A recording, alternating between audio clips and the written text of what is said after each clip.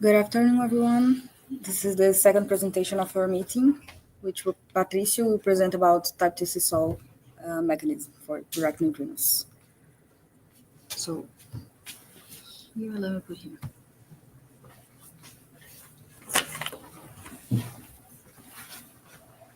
¿Cómo es pantalla completa? Ah, ¿F5? eu No. deve ter opção aqui.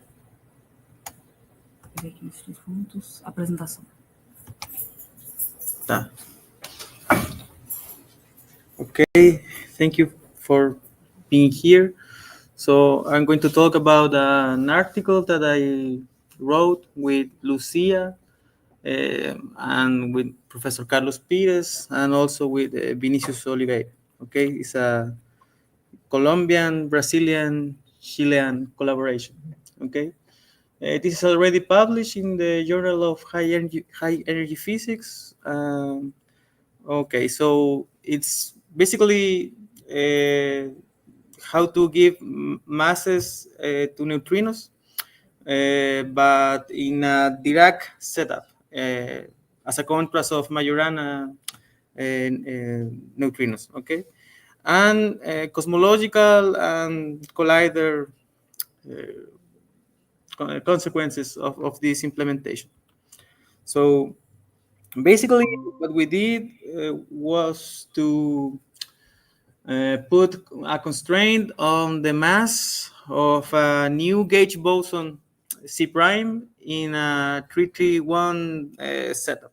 331 refers to an extension of the standard model in which the electroweak or the isospin gauge group SU2 is promoted to an SU3 gauge group. So in doing so, you introduce new scalars, new gauge bosons, and among these gauge bosons, there is a C prime.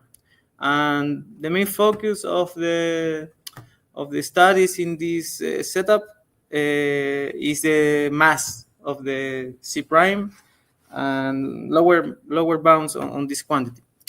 And basically, we found that this cosmological constraint can be slightly stronger than the collider constraint from LHC, and is also slightly weaker than the prospect for the high luminosity LHC, which is the next generation machine. So what a time to be alive, right? And first, neutrinos have mass. Okay, oscillation experiments have conclude that. Okay, and their mass is very, very, very, very small in comparison with the other fermions of the standard model. So the neutrino masses are constrained to be sub eV, while the other fermions of the standard model have much heavier mass. Okay, for instance, the top quark here, it weighs as much as a gold atom, but it's just a subatomic particle. You see, so it's a huge span of order of magnitude here. Okay, so neutrinos have mass.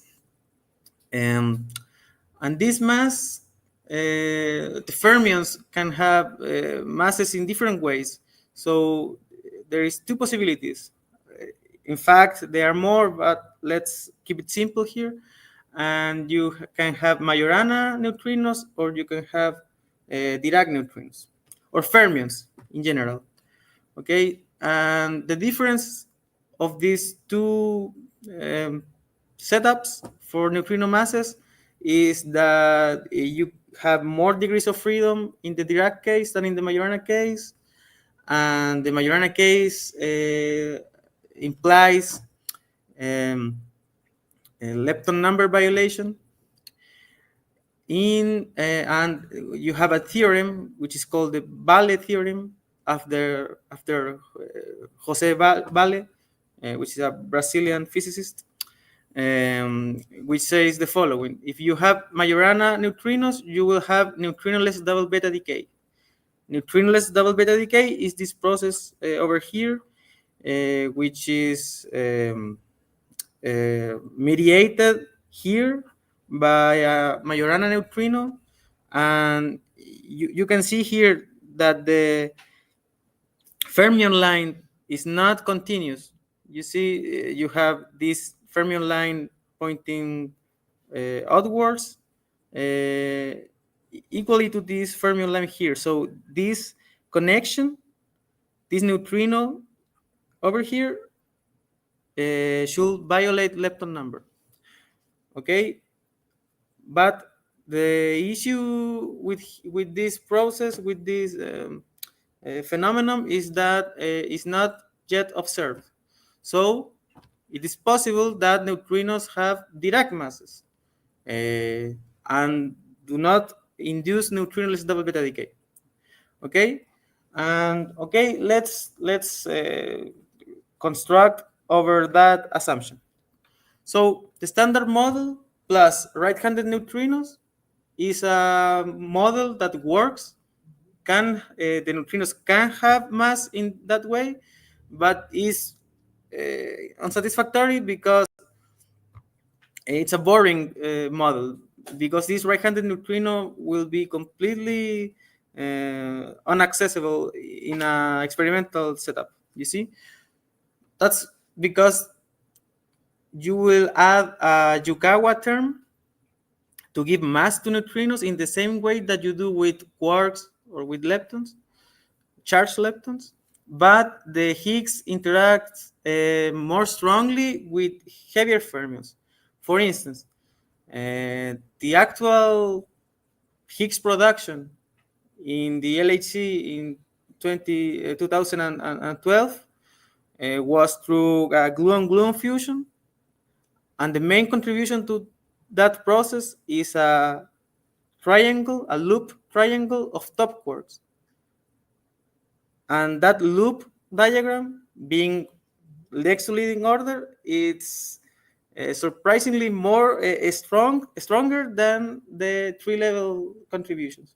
So that's a illustration of the importance of the of the of this characteristic of the Higgs. It interacts strongly with heavier fermions. So a right-handed neutrino will interact just through the Higgs and in an unaccessible way. So you will have no experimental signature for that setup. And more importantly, for a theoretical physicist, no symmetry forbids a Majorana mass term when you introduce a right-handed neutrino in this way. So that's an how to say it, is an obligation of a model builder to introduce all terms that are not prohibited. You see, so if you construct a Dirac mass for neutrinos with a right-handed neutrino, you are forced to introduce also this Majorana term over here. And this Majorana term will induce a mass for the neutrino which is inversely proportional to the Majorana term. And that is the origin of the seesaw mechanism. This mass of the neutrino here is very small because this Majorana mass here is it's huge. That's the seesaw, you see? And este brinquedo aquí. So that's the seesaw type 1. And there are other types of seesaw. For instance, the right-handed singlet, which I am discussing right now, is the type 1. And you have this expression over here. Don't put too much attention on the expressions, but just identify that when this mass is small, it's because this mass is big. Okay, you can add other beyond standard model degrees of freedom, for instance, a scalar triplet, and you will have what is called the type 2 seesaw, which also features this inverse proportionality. The type 2 particularly has this mass over here squared. That's a difference. And you have other types of seesaw mechanisms, for instance, the type 3 with a fermion triplet, and the same feature appears here. And you have also inverse seesaw, radiative seesaw, and so on and so forth.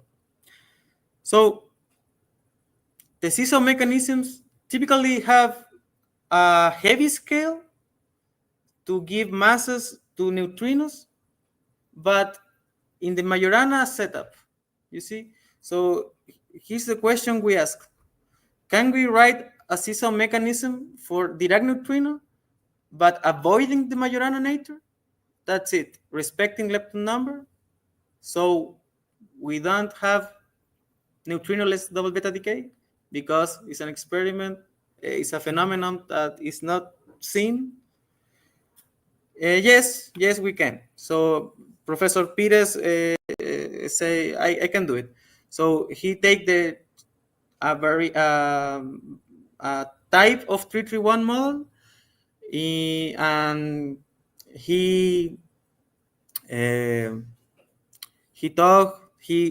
built a series of steps to arrive at with a Majorana mass. Sorry, Dirac mass. So he imposed a particular symmetry, discrete symmetry. Then he added a scalar sextet, and a sextet of SU2 is composed by a singlet, a doublet, and a triplet. There you have this 6 equal to 3 plus 2 plus 1. And the triplet, scalar triplet, is responsible for giving the mass to the neutrinos through a type 2 seesaw. But in this case, will be Dirac. And there are details, so because the only soft term that preserves lepton number is this one over here. And then you must consider also a Yukawa term. So again, don't get bored with the equations, just get the idea. After all this procedure, you will have a Dirac mass. That's it. Okay. And that Dirac mass will follow this relation over here. The mass of the neutrino will be proportional to the back expectation value of this sextet field. And it will be inversely proportional to the square of this mass scale here, and that is analog with the type 2 seesaw mechanism in the traditional way. But more importantly, this setup is not boring because it implies some experimental signatures, lepton frame violation, and some cosmological phenomenology. So lepton frame violation, it's measured with yes. Do you prefer if I ask at the end? You can ask now. Because when you introduce the sextet field, this scalar field is from the 331 model? No, it's an exotic. It's exotic even for the 331. You see? It's beyond 331 models. You see? Okay, so it's independent. Yes. Another thing, what do you mean is soft term? A soft term. Okay. So symmetries. How to say this? So let's suppose that you impose a symmetry on your Lagrangian. How do you assure that in the complete theory, I mean the next to leading order loops, this symmetry will be preserved? In general, next to leading order terms will violate the symmetries that you impose. I'm talking about global or discrete symmetries. The soft terms are terms of the Lagrangian with dimension less than 4. I mean, with couplings with dimension less than 4. Okay. So basically, there are at most 3 linear terms, and that and those terms are responsible to break the symmetry, but just at leading order. Loops are safe. You see, the theory is UV safe in terms of that particular symmetry. So they break the symmetry, but in a soft way. That's what they call. Supersymmetry is the model in which the soft breaking terms are important, because supersymmetry, we know it's broken because we don't have scalar degrees of freedom with the mass exactly the electron, for instance. So supersymmetry must be broken in a soft way. Okay, so you have these processes of lepton flare violation, and these are 0 in the standard model, but we introduce new processes, new diagrams, so you can compute if we are inside experimental errors, you see.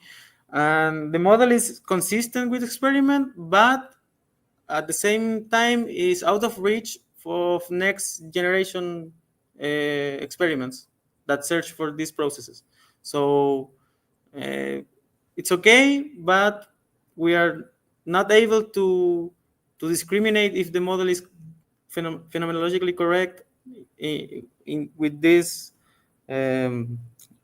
approach. So okay, we're consistent, but this part is somewhat boring. This is the interesting part.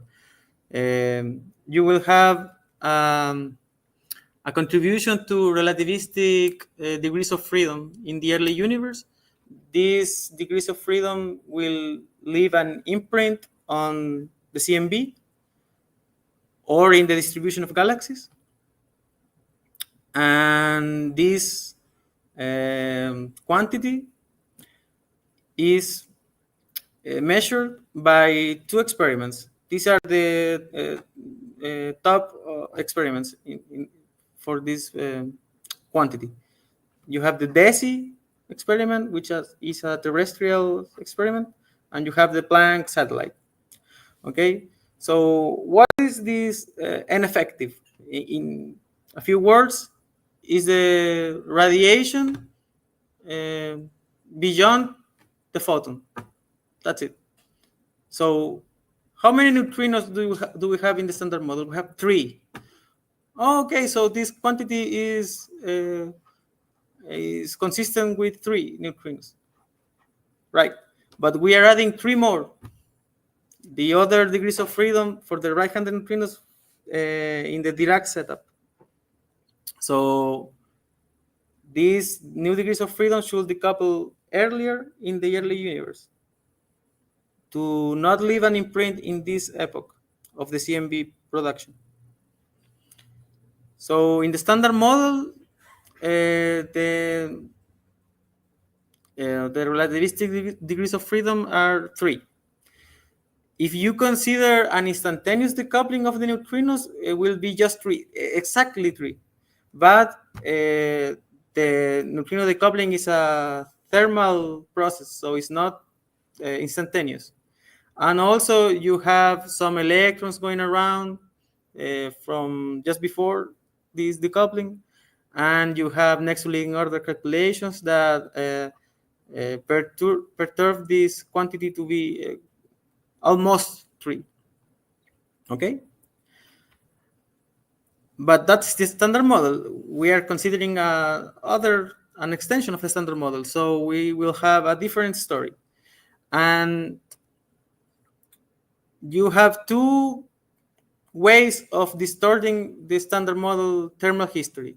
The first one is that the left-handed neutrinos, like the original ones, the standard model neutrinos, they have in our setup different interactions. So their thermal history is different. And on the other hand, you have new degrees of freedom with his own interactions. And for the curious person, here are the interactions. So never mind, there are a lot. Okay, the left-handed neutrinos, the standard model-like left-handed neutrinos, can be accommodated with a C prime mass of 10 GeVs or so. So that's safe because the LHC bound, lower bound, is around 3 TeV. So this is a small effect. It's not very important. And how we calculate this? Well, we consider a Boltzmann equation for the temperature, for the photon plasma, and for the neutrino population, considering these new interactions here. So this term over here is a thermal integral of the cross section, and you have new contributions because of the presence of the new C prime. And here are the details of that calculation. And the strong effect is because the new degrees of freedom. So depending on the mass of the C prime, you will have the right-handed neutrinos decoupling earlier or later. You see? So for instance, if the mass of the C prime is very, very high, 10 to the 10 GeV, the decoupled temperature is very, very early. And if the mass of the C prime is more light, you will have a later decoupling. And this temperature of decoupling is introduced in this expression, which is basically conservation of entropy, right? We could have solved 3 Boltzmann equations, but that's too much. Okay, that's a precision with it's out of reach of the current experiment. So let's just consider conservation of entropy, and the calculation is good enough. Otherwise, it's very, very difficult and exigent for a computer. And with that approach, we construct this plot over here, which is basically the contribution to the new degrees of freedom as a function of this new gauge boson. And we found that we need that the C prime boson to be heavier than 4.4 TeV to satisfy current limits. And the collider bounds are just around that value. The LHC bound is slightly weaker, and the next generation LHC is slightly stronger. So we are waiting for the results of the high luminosity phase of the collider, so we can discover or wait until the FCC to say something about this new gauge boson. And that's it. Thank you very much.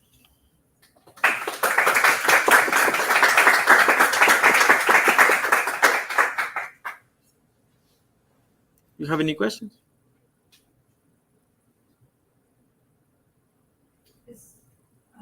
Is there any other experiment which is supposed to go in this region, because this both of this.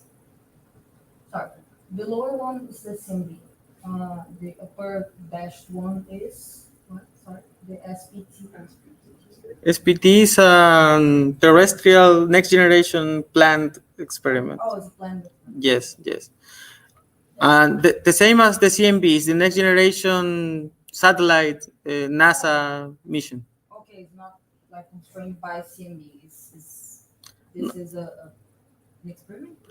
The CMB, the new degrees of freedom leave an imprint on the CMB, and that imprint is measured by Planck. Oh, okay. DESI is another kind of experiment. It measures redshift of galaxies and infers based on that distribution the evolution from the CMB to that epoch of the matter dominance. I got confused because of the CMB down there. Same of the high luminosity LHC is next generation experiments. So the dashed line are expected constraints? Yes, prospects. But this dashed line won't constrain much in this model, right? This next generation dashed lines won't constrain much, right? Just the high luminosity ellipse. No. Depending of what these next generation experiments measure, the model can be excluded or discovered. That's it. But it's more an exercise of model building that general study of C prime, because this bound is just valid when you have the sextet, you have Dirac neutrinos, you have all these previous constructions. So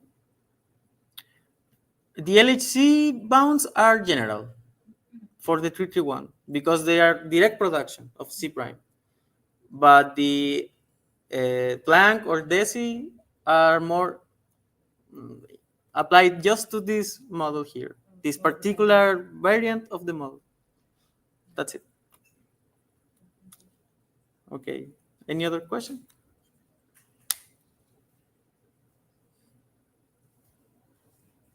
Okay, thank you then.